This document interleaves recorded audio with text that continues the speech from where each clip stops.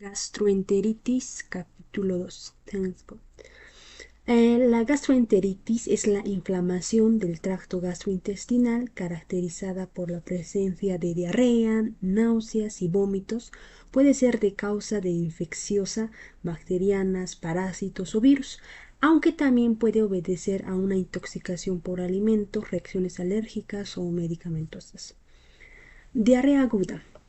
Generalidades. Se considera que un paciente tiene diarrea cuando presenta una variación significativa de las características de las deposiciones respecto a su hábito deposicional previo, en cuanto a la cantidad, aumento de la frecuencia y disminución de la consistencia.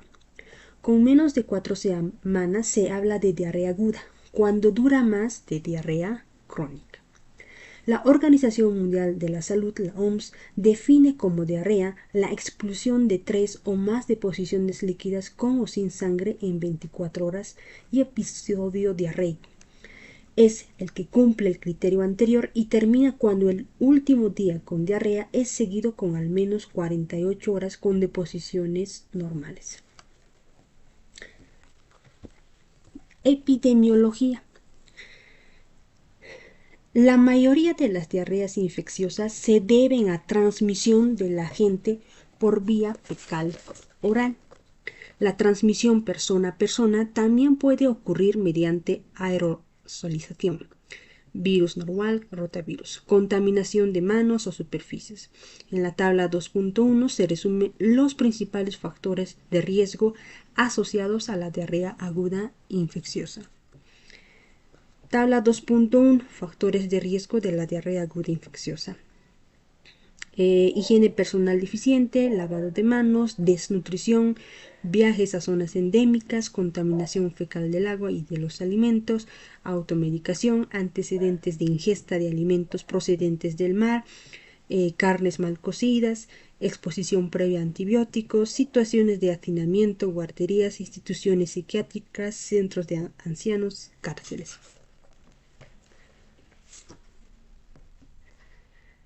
Durante las últimas décadas se ha logrado una disminución consistente de la tasa de mortalidad en los países en desarrollo gracias a factores tales como distribución y uso generalizado de soluciones de rehidratación oral, abreviado como SRO, mejor nutrición y prevención de desnutrición, mejor estado sanitario e higiene.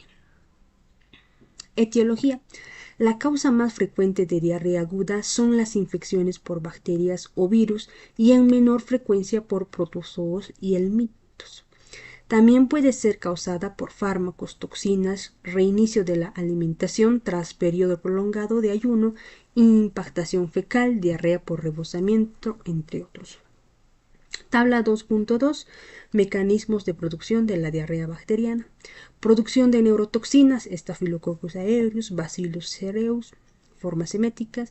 Producción de enterotoxinas, Vibrio cholerae, Bacillus cereus, formas diarreicas, Clostridium perfringens, Escherichia coli, enterotoxigénico. Producción de citotoxinas, Shigella dysenteriae, Clostridium difficile, Vibrio parahemophilus, Escherichia coli enterohemorrágico, serotipo 015-7H7. Mecanismos enteroinvasivos, Campylobacter jejuni, Escherichia coli enteroinvasiva, Shigella, Salmonella, especie no típica. Clasificación. La diarrea aguda se puede clasificar según el mecanismo patogénico. En la tabla 2.3 recoge las principales características de la diarrea aguda. Diagnóstico. La investigación microbiológica de la diarrea aguda está indicada en los pacientes deshidratados o febriles o en aquellos que presentan sangre o pus en las materias fecales. Se llevará a cabo realizando estudios del material fecal, coprocultivo y leucocitos en moco fecal. Asimismo, se debe valorar la realización de biometría hemática y electrolitos séricos. Tratamiento. Como prevención primaria se debe tener en cuenta los siguientes aspectos. Un índice de hacinamiento elevado se asocia con un incremento significativo de riesgo de diarrea aguda en la población general. El lavado de manos se asocia con una disminución del riesgo de diarrea en la población general del 80%. Medidas regulatorias para el procesamiento y manejo de los alimentos en establecimientos públicos y privados. Orientar a las personas que viajan a lugares más contaminados y que se asocian con casos de diarrea infecciosa. Desinfectar el agua, hervirla durante 1 a 3 minutos, enfriarla a temperatura ambiente, chorrearla o yodarla, usar filtros de agua con poros de C14. El tratamiento dependerá de la gravedad del cuadro y el grado de deshidratación. Lo más importante es mantener una adecuada reposición de líquidos y electrolitos, independientemente de su etiología. Se debe administrar sueros de rehidratación oral, sodio 90 mil equivalentes por litro, potasio 20 mil equivalentes por litro, cloruro 80 mil equivalentes por litro, citratos 30 mil equivalentes por litro, glucosa 20 gramos por litro, tan pronto como el paciente puede ingerir líquidos, incluso cuando la terapia inicial sea intravenosa. La terapia intravenosa con fluidos es requerida solamente en pacientes con deshidratación severa y su función es restaurar rápidamente el volumen sanguíneo y corregir el shock. El uso de antibióticos en las diarreas bacterianas es controvertido y habitualmente no es necesario, pero debe ser considerado en diarreas por Shigella, Salmonella y Campylobacter, independientemente de la causa de la diarrea infecciosa. También deben ser tratados con antibióticos los pacientes con afectación clínica severa, inmunodeprimidos, pacientes con válvula cardíaca protésicas o algún tipo de prótesis intravascular, anemia hemolítica y ancianos. La alimentación debe continuar durante todas las etapas de la enfermedad según lo máximo posible y debe incrementarse durante el periodo de convalecencia para evitar efectos perjudiciales sobre el estado nutricional. Tabla 2.3. Características de la diarrea aguda. Mecanismo: fisiopatología. La no inflamatoria, liberación de enterotoxinas. La mucosa intestinal está intacta, la localización es el intestino delgado proximal, la clínica es diarrea acuosa voluminosa, náuseas, dolor abdominal, vómitos, fiebre autolimitada. Examen en heces sin leucocitos, lactoferrina fecal leve. Complicación: deshidratación. La etiología: Clostridium perfringens, Staphylococcus aureus, Vibrio cholerae, Bacillus cereus, E. coli, enterotoxigénica, enteroagregante, rotavirus, neovirus, adenovirus intestinales, Yersinia lamblia, Cryptosporidium, ciclospora. La de tipo inflamatoria, la fisiopatología es invasión del epitelio intestinal, liberación de citotoxinas. La mucosa intestinal está ulcerada, hay reacción inflamatoria aguda, la localización es ilion y colon. Clínica: síndrome disentérico, diarrea mucosanguinolenta, fiebre, cólicos y pujo y tenesmo. El examen de heces: leucocitos polimorfonucleares, lactoferrina fecal aumentada, la complicación: bacteriemia. Etiología: coli enterohemorrágica, enteroinvasiva, Shigella, Campylobacter jejuni, Yersinia enterocolítica, Listeria monocytogenes, Clostridium difficile, Vibrio para Haemophilus, entamoeba histolítica, Klebsiella oquitoca. La de tipo penetrante, fisiopatología: penetración del epitelio intestinal, mucosa intestinal ulcerada y hemorragia, localización: intestino delgado distal. Clínica: fiebre intestinal. Examen de heces: leucocitos mononucleares. Complicación: hemorragia, perforación intestinal. Etiología: Salmonella typhi, Yersinia enterocolítica, Escherichia coli enteroinvasiva. Diarrea no inflamatoria. Los patógenos colonizan la porción proximal del intestino delgado y elaboran una enterotoxina. Este tipo de toxinas actúa sobre la superficie de los enterocitos sin destrucción de la mucosa, alteran el intercambio iónico y favorecen el paso de agua libre hacia la luz intestinal. De este modo, provoca una diarrea de tipo acuoso y voluminoso, lo que provoca clínica de deshidratación. No contienen productos patológicos, sin sangre ni moco y sin leucocitos al analizar las heces por el microscopio. Como la arquitectura de la mucosa permanece intacta, motivo por el que la bacteriemia no es una de sus complicaciones, la toxina se produce habitualmente in vivo, por lo que el tiempo de incubación es mayor de 8 horas. La bacteria que produce típicamente este tipo de diarrea es el Vibrio cholerae, agente causal del cólera. También producen enterotoxinas el Vibrio cereus. La forma diarreica de Vibrio cereus se asocia Bacillus cereus habitualmente al consumo de carne y verduras. El Clostridium perfringens y E. coli, productor de enterotoxina, termolábil y termoestable. Este último es el agente más frecuente de la diarrea del viajero. También son responsables de este cuadro, entre otros, Salmonella, Shigella, Campylobacter, Entamoeba, Giardia, Cyclospora y Cryptosporidium. Estas bacterias también son responsables de la intoxicación alimentaria por consumo de alimentos contaminados por toxinas bacterianas.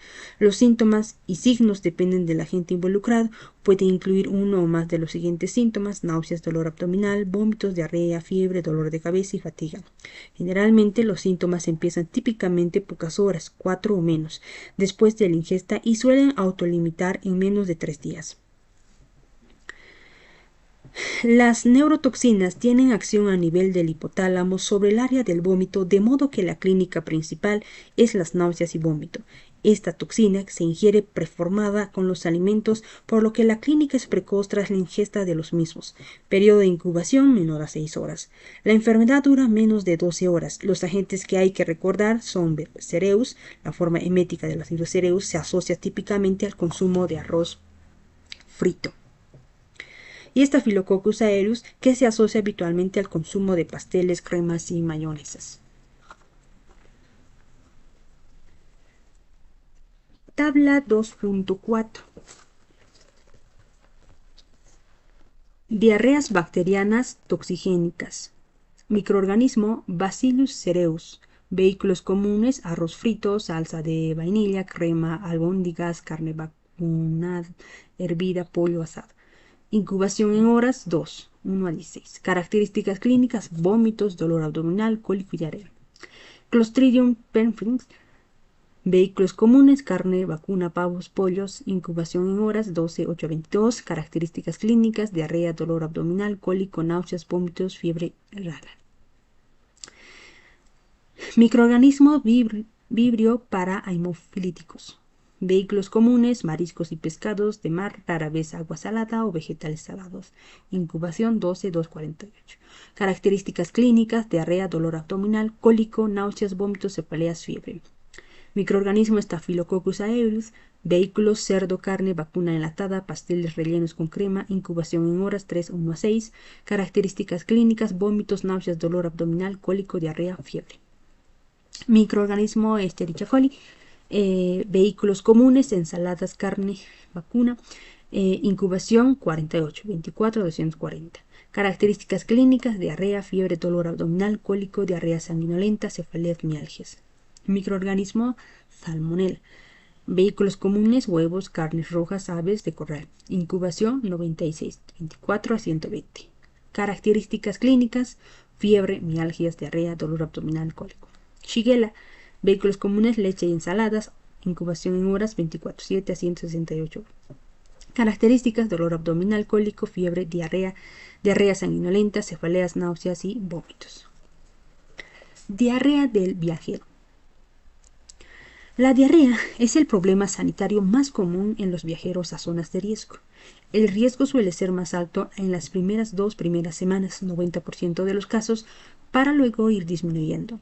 No está provocada por un organismo específico, pero la causa más frecuente es la E. coli, enterotoxigénico. En algunas localizaciones, la E. coli enteroagregativo, Shigella y Campylobacter se encuentran en el 5 al 15% de los casos. Los protozoos implican menos del 5% de los casos de diarrea en adultos y rara vez están implicados el norovirus o el rotavirus. Se adquieren por la ingesta de alimentos o bebidas contaminados con heces. Conlleva un especial riesgo el consumo de verduras, carnes, mariscos crudos o mal cocidos, agua y hielo, leche y productos lácteos no pasteurizados y frutas sin pelar. Clínicamente, la enfermedad comienza a los 2 a 3 días de la llegada. La duración promedio en sujetos no tratados es de 3 a 5 días. Lo más habitual es la diarrea acuosa y el dolor abdominal. El tratamiento se basa en una adecuada reposición de líquidos y electrolitos. En algunas situaciones, en concreto en viajes de menos de 2 semanas, en pacientes con enfermedades crónicas de riesgo, se puede realizar profilaxis antibiótica. En casos de diarrea moderada o grave, se recomienda el tratamiento con quinolonas o cotrimoxazol y acitromicina en zonas con elevada incidencia de Campylobacter resistente a quinolonas. La loperamida inhibe la motilidad intestinal, proporciona un alivio de las molestias intestinales en el viaje. Su uso está contraindicado en diarrea invasiva y colitis ulcerosa. Recuerda, la E. coli, productor de enterotoxina, es el agente causal más frecuente de la diarrea del viajero.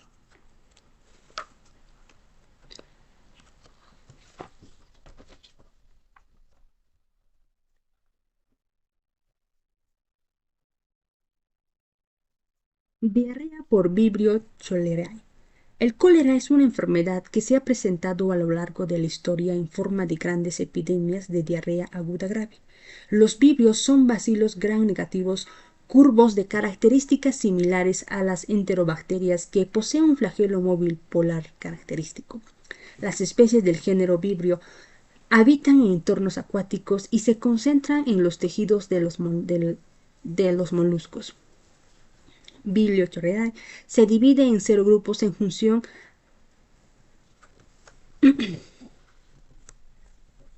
a su antígeno somático.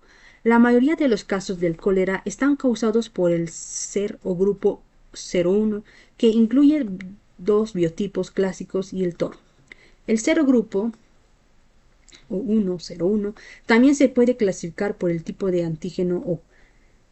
Inaba posee antígenos A y C, el serotipo Ogawa antígenos A y B y el serotipo Hikojima posee los tres antígenos A, B y C. Otras especies patógenas del género Vibrio son B. bullificus, causante de sepsis en pacientes con hepatopatías, hemocromatosis, y B. para Haemophilus, puede producir diarrea tras la ingesta de pescado crudo o mal elaborado.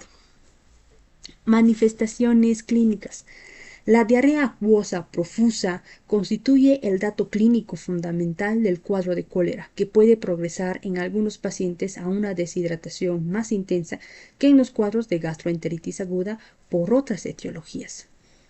Las características generales del síndrome clínico se resumen en inicio brusco con diarrea líquida sin clínica de colitis, no hay tenesmo ni retortijones, vómitos en general de aparición posterior al inicio de la diarrea, fiebre en menor del 5% de los pacientes.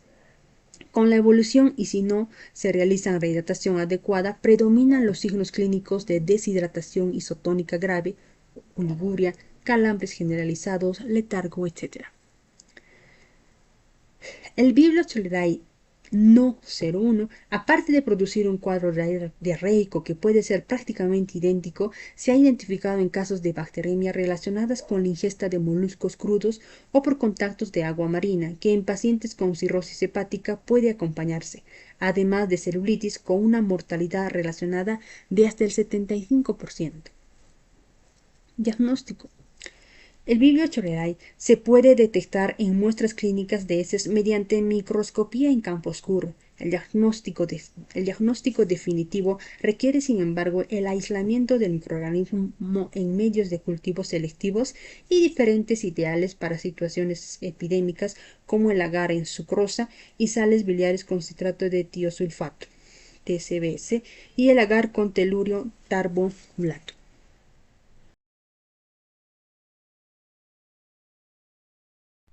Reposición hidroelectrolítica. Constituye la parte fundamental del manejo de estos pacientes. La rehidratación debe realizarse, al ser posible, por vía oral, suelo de rehidratación oral. La administración intravenosa se reserva para pacientes con intolerancia oral o aquellos con pérdida que superan los 20 ml por kilogramo a la hora o aquellos con clínica de deshidratación grave. Tratamiento antibiótico. La doxiciclina se considera como tratamiento de elección, una sola dosis de 300 miligramos, Otro antibiótico alternativo son las tetraciclinas que demuestran similar eficacia. Son las quinolonas, tanto la pauta de una dosis de 1 gramo de ciprofloxacino como la de 250 miligramos al día durante 3 días. Por último, también se ha evaluado en estudios randomizados comparativos la acitromicina en una sola dosis, 20 miligramos por kilogramo en niños, así como la pauta de 3 días de eritromicina, ideal para mujeres embarazadas. Diarrea de origen viral. Rotavirus. Es la causa más frecuente de diarrea en niños. Suele ser de tipo acuoso, sin productos patológicos, normalmente de carácter autolimitado. 5 a 7 días. No genera inmunidad permanente, puede observarse en el adulto.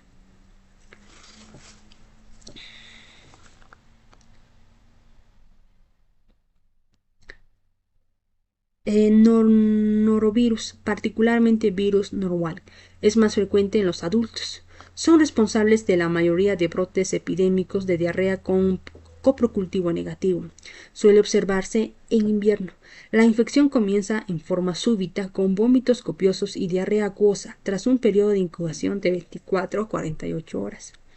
En la mayoría de las ocasiones se resuelven de forma espontánea al cabo de unos días. No obstante, en pacientes inmunodeprimidos puede adquirir un curso crónico de varios meses de duración. Puede diagnosticarse por inmunoensayo y o microscopía directa.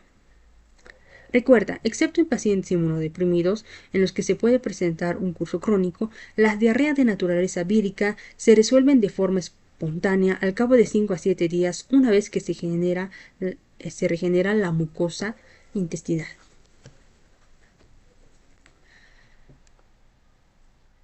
Diarrea inflamatoria.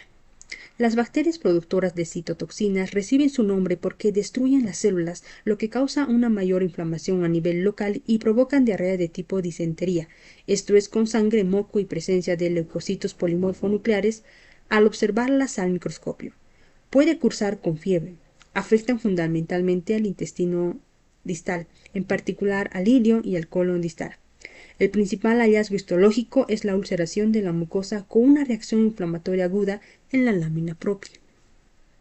El agente que da nombre al grupo de Shigella dysenteriae también produce diarrea por este mecanismo el vibrio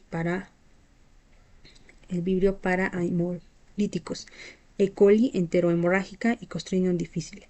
Las bacterias que producen la toxina Shiga, también denominada verotoxina, como E. coli enterohemorrágico 0,15,7H7 y Streptococcus dysenteriae tipo 1 pueden asociar una complicación postinfecciosa el desarrollo de síndrome urémico hemolítico. Diarrea por Shigella. El género Shigella se incluye en la familia Enterobacteriae. Está constituido por bacilos cortos gram-negativos inmóviles, no esporulan ni presentan cápsula y su DNA alcanza una similitud de hasta 70 al 75% en relación con la E. coli, lo cual indica una gran relación con esta última especie. De acuerdo con su antígeno 0, el género se divide en 4 grupos o especies. De Streptococcus dysenteriae, serogrupo A, 15 serotipos, Flexneri, serogrupo B, 6 serotipos, Buidi, serogrupo C, 20 serotipos, Sonei, serogrupo D, 1 serotipo. Patogenia. La Shigella desencadena su captación por las células M del colon, donde las bacterias son tomadas en el inicio por las células presentadoras de antígeno, macrófagos, células dendríticas, y posteriormente invaden los enterocitos. El sistema de secreción tipo 3, sistema de translocación de proteínas, se encarga mediante sus proteínas efectoras de los procesos de citotoxicidad de macrófagos, la invasión de enterocitos y la modulación de la respuesta inmune celular. Durante la multiplicación y diseminación bacteriana en la región basal de las células hospederas, el lipopolisacárido LPS y peptidoglicano son liberados e inducen la expresión de citocinas proinflamatorias y quimiosinas que activan la respuesta inmune innata. La toxina de Shiga son una familia de proteínas estructural y funcionalmente relacionadas que se expresan con Shigella Dicenterae serotipo 1 y en varios serotipos de E. coli. Penetran los enterocitos e inhiben la síntesis proteica y desencadenan apoptosis en diversos tipos celulares.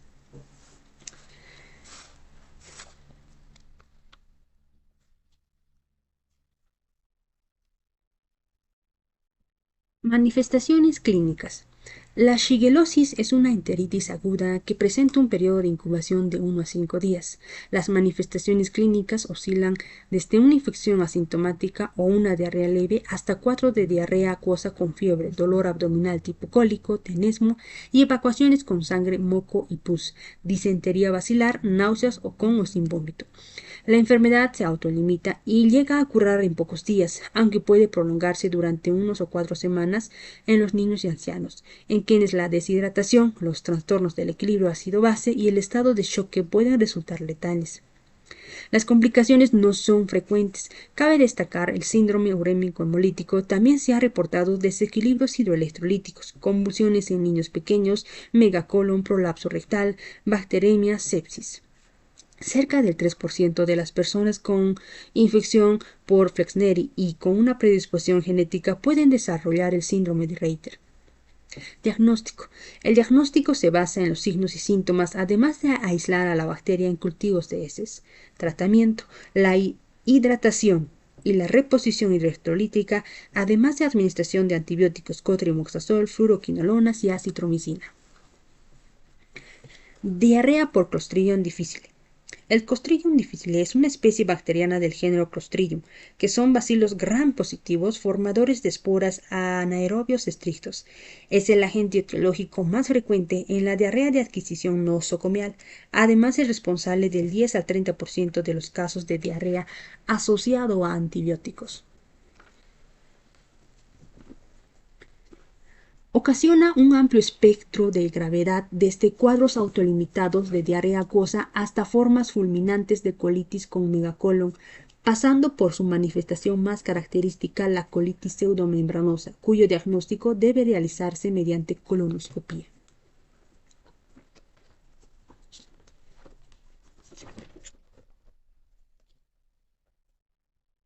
En la mayor parte de las ocasiones se recoge como antecedente el consumo reciente de antibióticos, que alteran la flora saprofítica intestinal, circunstancia que permite la proliferación de Clostridium difficile. Cualquier antibiótico puede estar implicado en este cuadro. La clindamicina lincosamina es el antibiótico con mayor riesgo de producir esta complicación, aunque actualmente, debido a su poco uso, las cefalosporinas de tercera generación y las fluoroquinolonas son los agentes más frecuentemente implicados. La vancomicina, que paradójicamente se emplea para su tratamiento. Patogenia. El Clostridium difficile es un comensal de la flora fecal de neonatos y lactantes y se aísla en un 3 al 4% de los adultos sanos asintomáticos. La colonización y proliferación de Clostridium difficile está regulada por la flora normal. Para que Clostridium difficile ejerza su acción patógena bajo la expresión de sus factores de virulencia, adherencia, quimiotaxis y producción de exotoxinas, es imprescindible que exista una disrupción de la flora intestinal normal. Esto es normalmente producido por los tratamientos antibióticos. La acción patógena se ejerce a través de dos exotoxinas, denominadas toxinas A y B. Tradicionalmente, la toxina A se considera enterotoxina y la B citotoxina. Pero ambas son citotóxicas frente a gran cantidad de cultivos celulares y pueden actuar de forma sinérgica en la destrucción de células intestinales. Manifestaciones clínicas. El antecedente de la toma de antibióticos es evidentemente el principal factor de riesgo a considerar en estos pacientes. Si bien cualquier antibiótico puede estar implicado en este cuadro, la clindamicina confiere mayor riesgo de producir esta complicación. En el momento actual, y debido al uso relativamente limitado de la clindamicina, son las cefalosporinas de tercera generación y las fluoroquinolonas los agentes más frecuentemente implicados. Otros factores de riesgo son la edad avanzada, más de 60 años, la hospitalización prolongada, la presencia de comorbilidades y la supresión de la secreción ácida gástrica mediante inhibidor de bomba de protones.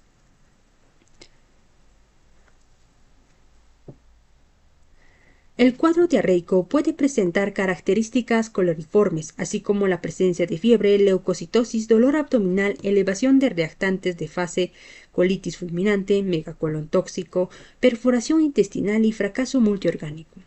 La presencia de leucocitosis o fiebre puede incluso anteceder a la diarrea y en algunos casos. No obstante, también existe portadores asintomáticos. Recuerda, se debe sospechar de Clostridium difficile en pacientes con diarrea que están recibiendo tratamiento antibiótico o lo recibieron en semanas previas. Diagnóstico. El estudio de citotoxicidad de Clostridium difficile en heces es un método de referencia para el diagnóstico de diarrea o colitis por Clostridium difficile, que habitualmente se realiza mediante la detección por ELISA en heces. Se podría dividir estas técnicas en dos grupos: las que detectan exclusivamente toxinas de Clostridium difficile, A, B o ambas, y las que detectan toxina A y además antígeno específico de Clostridium difficile. En los casos sospechosos con ELISA negativo, el cultivo de Clostridium difficile y la adicional identificación de su capacidad para producir toxinas, cultivo de Clostridium difficile toxigénico, aumenta la sensibilidad o identificar la presencia de glutamato deshidrogenasa, enzima característica de Clostridium en heces. Y solo en aquellas positivas se consigue en el estudio para detectar la presencia de toxina o de Clostridium difficile toxigénico, tal como se indica anteriormente. Algunas técnicas radiológicas, radiografía, tomografía, pueden ser de especial utilidad en el diagnóstico de algunas complicaciones derivadas de esta infección. Tratamiento. El metronidazol ha sido considerado durante mucho tiempo el tratamiento de elección en las formas leves y moderadas debido a su menor coste y menor riesgo potencial de resistencias frente a otros microorganismos. Sin embargo, en el momento actual se prefiere el uso de vancomicina oral como tratamiento de elección, independientemente de la gravedad del cuadro. Por esta vía, la vancomicina tiene una mínima absorción sistémica, de modo que lleva a cabo la mayor parte de su acción antibacteriana en la luz del tubo digestivo. Cuando no pueda emplearse por vía oral, por ejemplo en pacientes con megacolon, se puede recurrir al metronidazol por vía intravenosa. Presenta recirculación enterohepática, por lo que alcanza concentraciones elevadas en el tubo digestivo, y vancomicina por sonda nasogástrica o en enemas. En casos del megacolon tóxico o fracaso multiorgánico se debe considerar igualmente la cirugía urgente, colectomía subtotal. Se recomienda retirar, si es posible, el antibiótico causal y sustituirlo por una familia farmacológica diferente, ya que hasta un 20% de los episodios leves se resuelven mediante este abordaje. En caso de recidivas se puede recurrir a la fidaxomicina, la rifaximirina, o al trasplante de flora fecal normal. Tabla 2.5. Tratamiento de la diarrea por Clostridium difficile. Escenario clínico: formas leves o moderadas, vancomicina bioral. Formas graves por vía oral disponible, vancomicina bioral. Formas graves con vía oral no disponible, megacolon tóxico, ilio, metronidazol intravenosa y vancomicina en enemas. Considerar colectomía subtotal. Recurrencias o primer episodio con factores de riesgo de recurrencia: fidaxomicina bioral o benlotoxumab intravenosa dosis única. Múltiples recurrencias: trasplante de material fecal.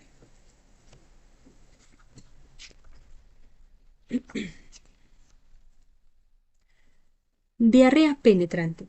Las bacterias enteroinvasivas no actúan produciendo toxinas, sino que directamente invaden la mucosa intestinal, provocan fiebre y diarrea que puede llegar a ser disenteriforme, con postración, dolor abdominal intenso, tenesmo rectal y rectorragia. Pertenece a este grupo Clostridium jejuni. Como complicación puede producir síndrome de Guillain-Barré, Shigella, Salmonella y E. coli enteroinvasivo.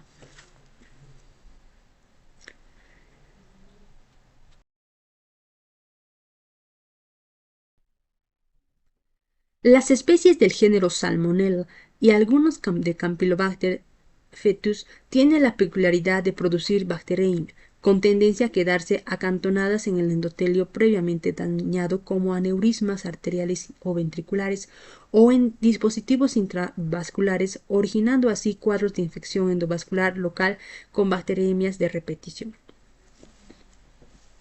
Consideraciones especiales sobre la Escherichia coli. La E. coli forma parte de la flora saprófita intestinal. Las cepas que adquieren factores patógenos causan una amplia variedad de enfermedades en pacientes debilitados, inmunodeprimidos o en situaciones en que los mecanismos de defensa intestinal se alteren. Incluso las cepas no patógenas pueden causar enfermedad. Aquellas cepas que adquieren capacidad de producir enterotoxinas, adhesinas o factores que facilitan la invasión celular son capaces de producir diarrea.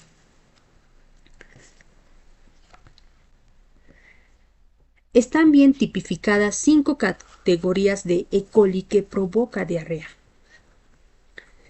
Enterotoxigénico. Aunque es la causa más frecuente de diarrea del viajero, su diagnóstico de certeza es complicado por la complejidad de la detección de las toxinas, PCR y datación de ácidos nucleicos.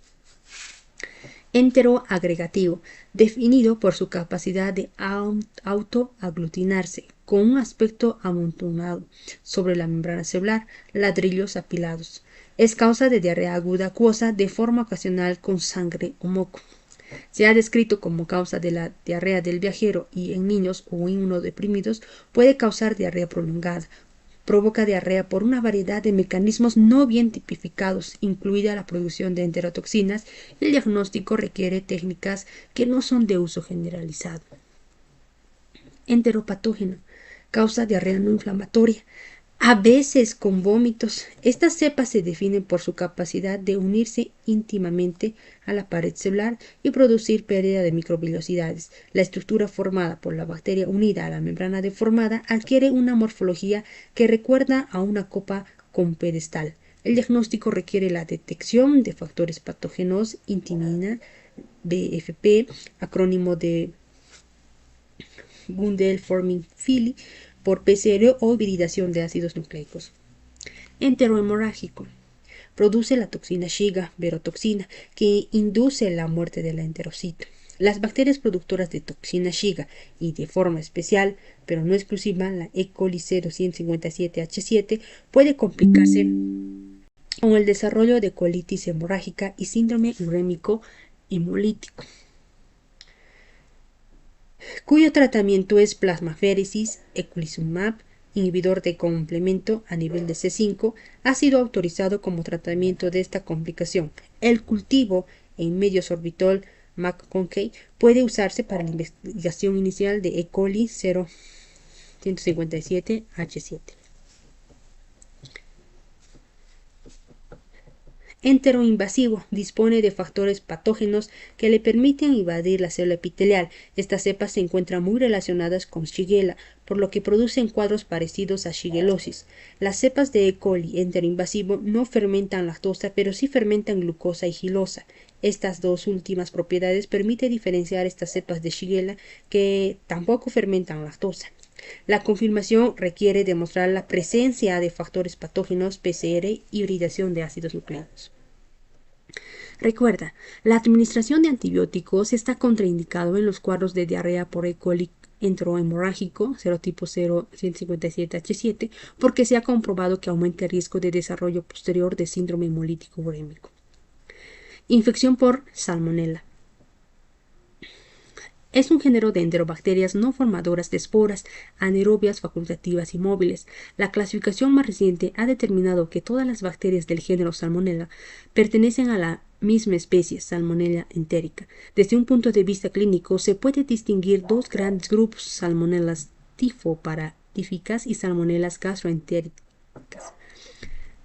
Las más importantes pertenecientes al grupo son Salmonella serotipo tifi, paratifi A, paratifi B y paratifi C. Las más importantes del segundo grupo son Salmonella serotipo enteritis, Tipirumbium infantis y Cholerae suis. Fiebre tifoidea. La fiebre tifoidea es una enfermedad febril aguda de origen entérico producida por la Salmonella typhi. En raras ocasiones Salmonella paratyphi A, paratyphi B, Salmonella escherichia y Salmonella paratyphi C.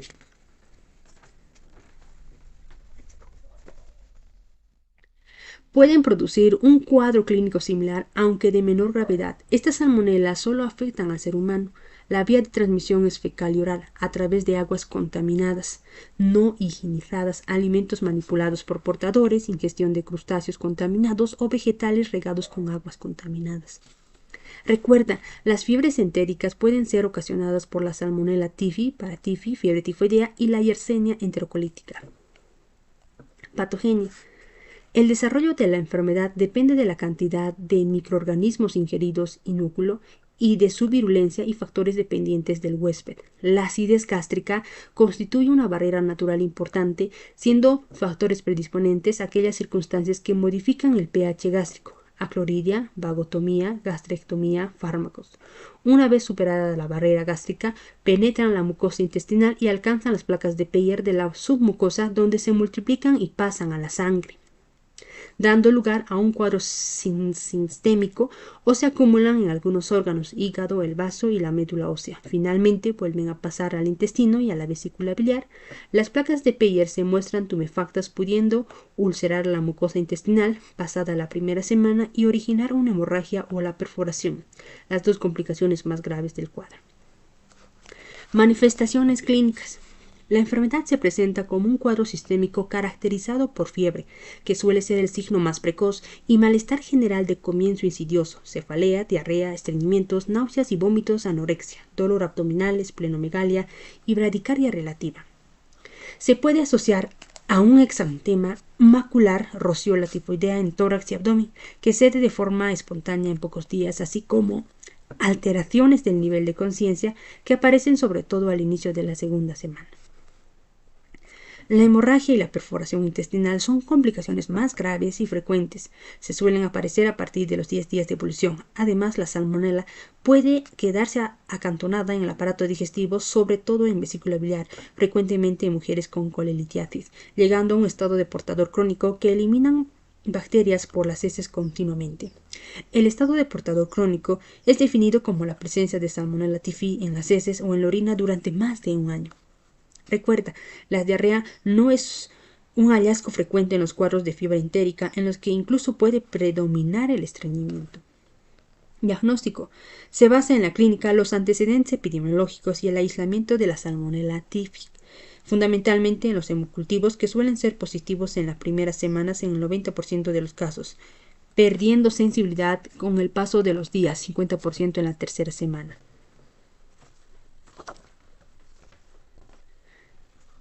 El coprocultivo y el urocultivo suelen ser positivos a partir de la tercera semana. En el caso de un portador crónico, el coprocultivo positivo puede inducir a error. Los datos del laboratorio son muy inespecíficos, a veces leucopenia, eosinofilia, trombopenia o discreta movilización de enzimas hepáticas.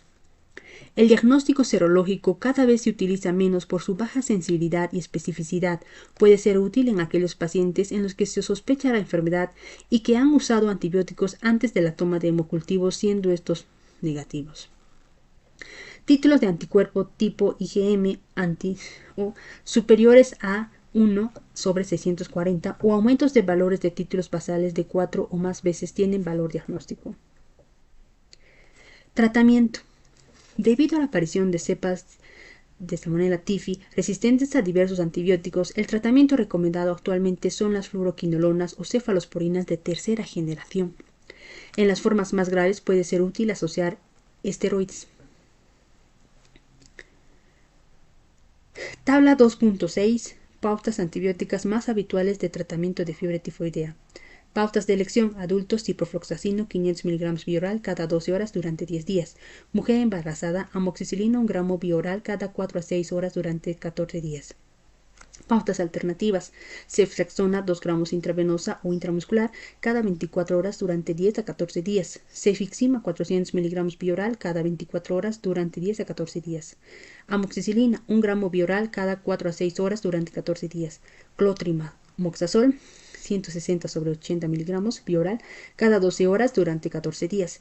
Acitromicina 1 gramo vía oral cada 24 horas durante 5 días. Pautas de tratamiento del estado portador crónico. Ciprofloxacino 750 miligramos vía oral cada 12 horas durante 4 a 6 semanas.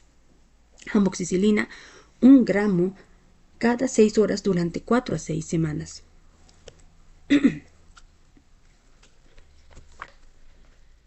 Salmonelosis gastroenteríticas, también denominadas salmonelosis no tifoideas, producidas por el Salmonella typhimurium o enteritis o Virchow.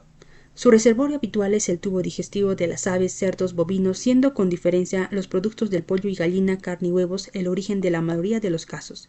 Las personas portadoras crónicas son también fuentes de infección. El mecanismo de transmisión es el consumo de agua o alimentos contaminados. El cuadro clínico más frecuente relacionado con estas salmonelas es la gastroenteritis aguda.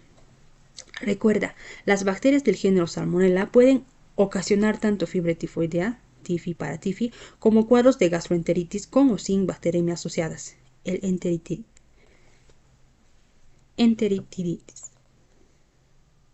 Patogenia. No se conocen con certeza los mecanismos responsables de las gastroenteritis por salmonela, pero al igual que en la fiebre tifoidea, depende del inóculo, virulencia del microorganismo, acidez gástrica, peristaltismo, flora saprófita intestinal y situación inmunológica del paciente.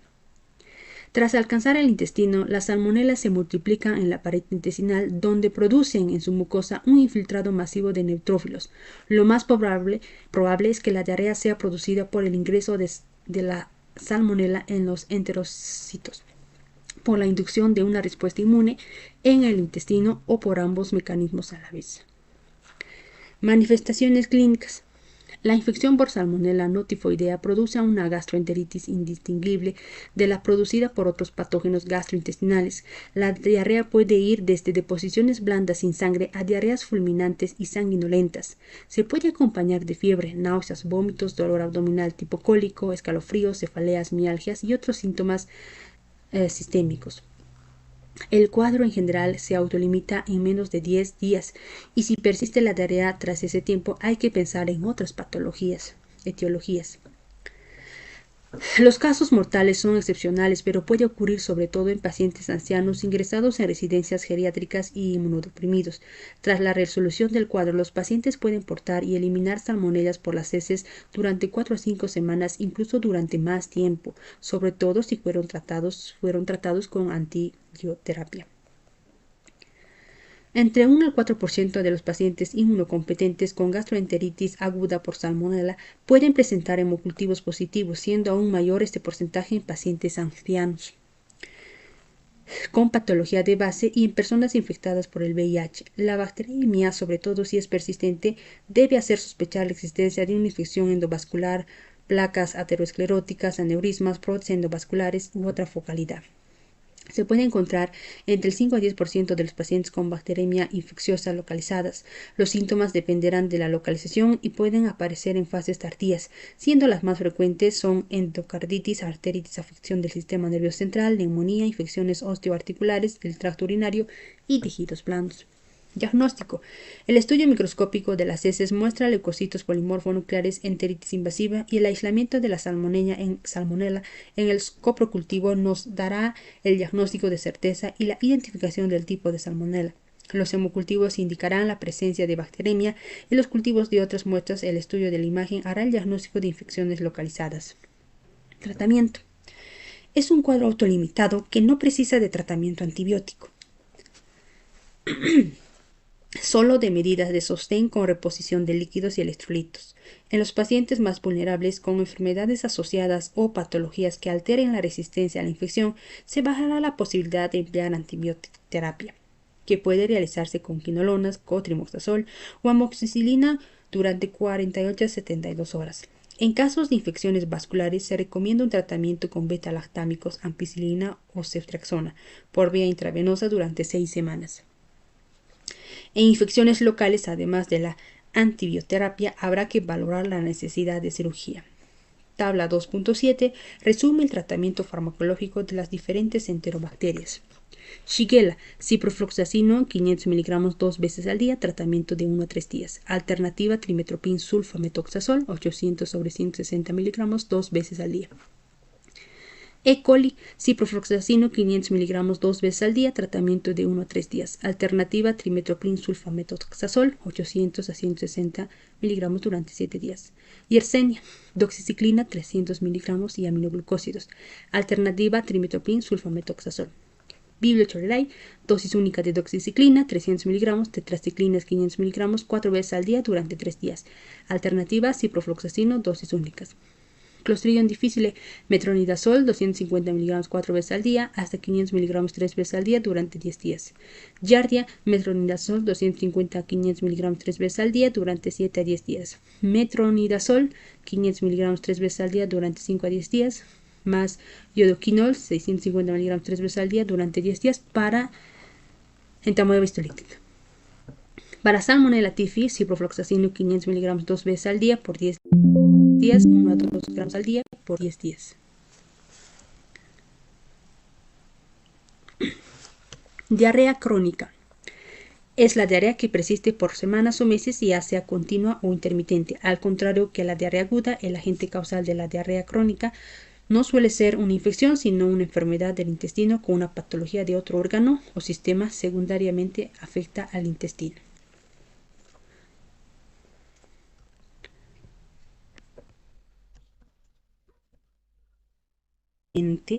Puede dividirse en diarrea osmótica, en esteatorreica, secretora, por alteración de la motilidad intestinal, inflamatoria y facticia.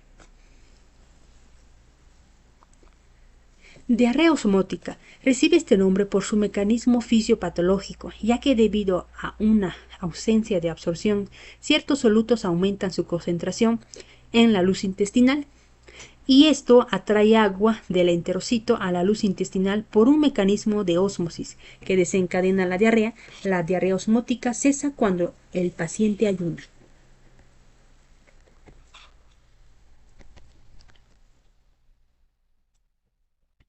Diarrea secretora. La diarrea secretora se caracteriza clínicamente por presentar heces de gran volumen y acuosas, más de 1 litro al día, diarrea que persiste con el ayuno. La osmolalidad de las heces es normal. El mecanismo subyacente a este tipo de diarrea siempre implica un aumento de la secreción neta de cloro o bicarbonato o la inhibición de absorción neta de sodio.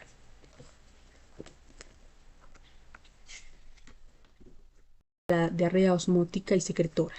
Mecanismo fisiopatológico de la diarrea osmótica. Exceso de solutos no absorbibles en la luz intestinal atraen agua. Mucosa intestinal normal, volumen fecal menor a 1000 mililitros por día. Equilibrio ácido-base, heces hipertónicas, pH fecal ácido, relación con el ayuno, sede con el ayuno. Ejemplo, intolerancia a la lactosa, mala absorción glucosa o galactosa, ingesta de sorbitol laxantes. Diarrea secretora. Mecanismos fisiopatológicos, secreción supera la absorción, mucosa intestinal normal, volumen fecal mayor a 1000 mililitros por día, equilibrio ácido-base, heces isotónicas, acidosis hipopotasémica. Relación con el ayuno, persiste con el ayuno.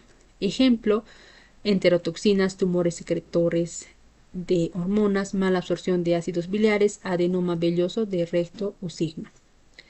Diarrea esteatorreica.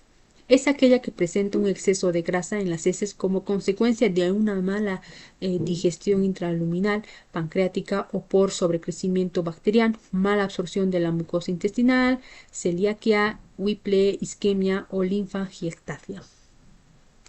Diarrea motora. Se debe a una alteración de la motilidad secundaria, un trastorno nervioso. Esta diarrea se presenta en el síndrome del colon irritable, la diarrea post-vagotomía, diarrea de la neuropatía diabética, hipertiroidismo y la diarrea del síndrome dumping post-gastrectomía. Este tipo de diarrea suele cursar con un gran volumen de heces y puede desarrollarse un sobrecrecimiento bacteriano. Diarrea inflamatoria. Este tipo de diarrea es propia de aquellas enteropatías que cursan con inflamación de la pared intestinal, como la colitis ulcerosa, enfermedad de Crohn, colitis por radioterapia, gastroenteritis, eosinofilia o asociada al SIDA. Suele presentarse en forma de diarrea con productos patológicos, sangre, moco o pus. Diarrea facticia. Es una diarrea autoinducida, más frecuente en mujeres, generalmente es acuosa, con hipocaliemia, debilidad y edemas. La causa más frecuente es el abuso de laxantes. Los pacientes casi siempre niegan la ingestión de laxantes y a veces los únicos datos que orientan al cuadro son la presencia de enfermedad psiquiátrica o la de melanosis coli, que es una alteración en la coloración del colon que puede aparecer en la ingesta crónica de laxantes en la endoscopía baja. Recuerda, diarrea secretora, persistencia ante ayuno. Diarrea osmótica, sede ante ayuno. Diarrea motora, inminente desarrollo del síndrome de sobrecrecimiento bacteriano. Colon irritable, diarrea, más estreñimiento, más moco en heces. Diagnóstico. El primer paso del diagnóstico ante un paciente con diarrea crónica es diferenciar si se trata de una diarrea orgánica, presencia de síntomas de alarma o alteraciones del laboratorio que sugieran una causa orgánica, o una diarrea funcional. No se encuentran una causa estructural ni bioquímica que la justifique. Existe una serie de datos clínicos que hacen sospechar un origen orgánico, síntomas y signos de alarma. Diarrea de corta duración, generalmente menos de 3 meses, diarrea de predominio nocturno, continua más que intermitente, comienzo súbito, pérdida de más de 5 kilogramos de peso, velocidad de sedimentación elevada, bajo nivel de hemoglobina, nivel de albúmina bajo, peso diario de las heces mayor a 400 gramos, presencia de sangre en heces, aparición de fiebre, aparición en edades avanzadas mayor a 40 años. En general, las diarreas por alteración a nivel del intestino delgado o colon derecho son de gran volumen, mientras que las provenientes del colon izquierdo son de pequeño volumen o con tenesmo. La diarrea sanguinolenta sugiere inflamación. La diarrea con moco sin sangre sugiere colon irritable, así como una historia de diarrea de pequeño volumen alternando con estreñimiento. Diarrea en un paciente con hallazgos de anorexia nerviosa sugiere abuso de laxantes. Es frecuente que la diarrea crónica se acompañe de incontinencia. Cuando el diagnóstico diferencial no está claro, a pesar de una correcta anamnesis, se debe realizar pruebas diagnósticas complementarias, examen de heces, estudios analíticos, radiológicos o endoscópicos que orienten el diagnóstico hacia una causa orgánica. Ideas clave.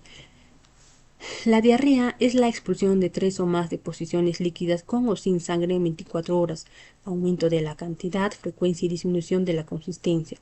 Generalmente en todas las diarreas tratamiento de soporte incluye en todos los casos reposición hidroelectrolítica que puede hacerse por vía oral, suelos de rehidratación oral o por vía intravenosa, dependiendo de la situación clínica. El uso de antibióticos es controvertido, aunque debe administrarse en el caso de diarreas invasivas y en pacientes con afectación clínica grave, inmunodeprimidos y ancianos. El examen de heces consiste en búsqueda de leucocitos fecales, coprocultivo, investigación de parásitos, sangre oculta en heces y medición de las grasas fecales. El antecedente epidemiológico de vómitos pocas horas después de ingerir un alimento con incubación menor a 6 horas sugiere intoxicación alimentaria por una toxina preformada, como es el caso de la toxinfección por E. coli y Staphylococcus aureus. Los cuadros eméticos por Bacillus cereus se asocian al consumo de arroz. El agente causal más frecuente de la diarrea del viajero es la E. coli, productora de enterotoxina. Diarrea acuosa y dolor abdominal con incubación de 16 a 72 horas, virus entéricos y gérmenes productores de enterotoxinas formadas in vivo. Con este tiempo de incubación se debe considerar virus normal, E. coli, productora de enterotoxina, y Vibrio cholerae serum. El cólera es causado por el Vibrio cholerae, que es un bacilo gram negativo. El dato clínico fundamental es la diarrea acuosa profusa, constituye una causa de deshidratación rápida. La diarrea sanguinolenta suele sugerir infección por bacterias invasivas, como Campylobacter, Salmonella, Aeromonas, Vibrio, Shigella, E. coli y enteromorrágica. La Shigella y E. coli enteromorrágica 0,157H7 son bacterias productoras de toxina Shiga que inducen la muerte del enterocito y pueden complicarse con el desarrollo de colitis hemorrágica y síndrome urémico. La diarrea por Clostridium difficile se ha relacionado con el uso de prácticamente cualquier antibiótico. Es provocada por la producción de enterotoxina a citotoxina B. El diagnóstico se realiza habitualmente mediante la detección de toxina A y B en heces. El tratamiento de elección es el metronidazol. Como alternativa se utiliza vancomicina oral. Diarrea con fiebre con o sin productos patológicos con incubación 16 a 48 horas, gérmenes enteroinvasivos como Clostridium jejuni, Salmonella shigella e E. coli enteroinvasivo. Las fiebres entéricas pueden ser ocasionadas por la Salmonella typhi, paratyphi y Yersinia enterocolítica. La gastroenteritis por salmonella no debe tratarse con antibióticos, excepto en inmunodeprimidos ancianos, niños menores de 2 años, portadores de prótesis vasculares. La colitiasis por salmonella se produce en portadores crónicos debido a la salmonella puede quedarse acantonada en la vesícula biliar. El síndrome de Reiter asociado a Salmonella, Yersinia, Campylobacter, Shigella, la mayoría de los casos en personas con antígeno HLA-B27, el síndrome de Guillain-Barré asociados a Clostridium jejuni y a la infección endovascular asociada a Salmonella y fetus. La diarrea osmótica se debe a la presencia de solutos no absorbibles en la luz intestinal que arrastran el agua, provocan la diarrea. Es el caso del déficit de la lactasa o la mala absorción de glucosa galactosa. La diarrea secretora se acompaña de heces de gran volumen, acuosas y persistentes con el ayuno, por ejemplo, tumores carcinoides o la diarrea por adenoma velloso de gran tamaño. La diarrea por alteración de la motilidad intestinal se observa con el síndrome del intestino irritable, diarrea post-vagotomía, diarrea de la neuropatía diabética, hipertiroidismo y diarrea del dumping post-gastrectomía. En la diarrea crónica de un paciente con anorexia nerviosa hay que descartar abuso de laxantes.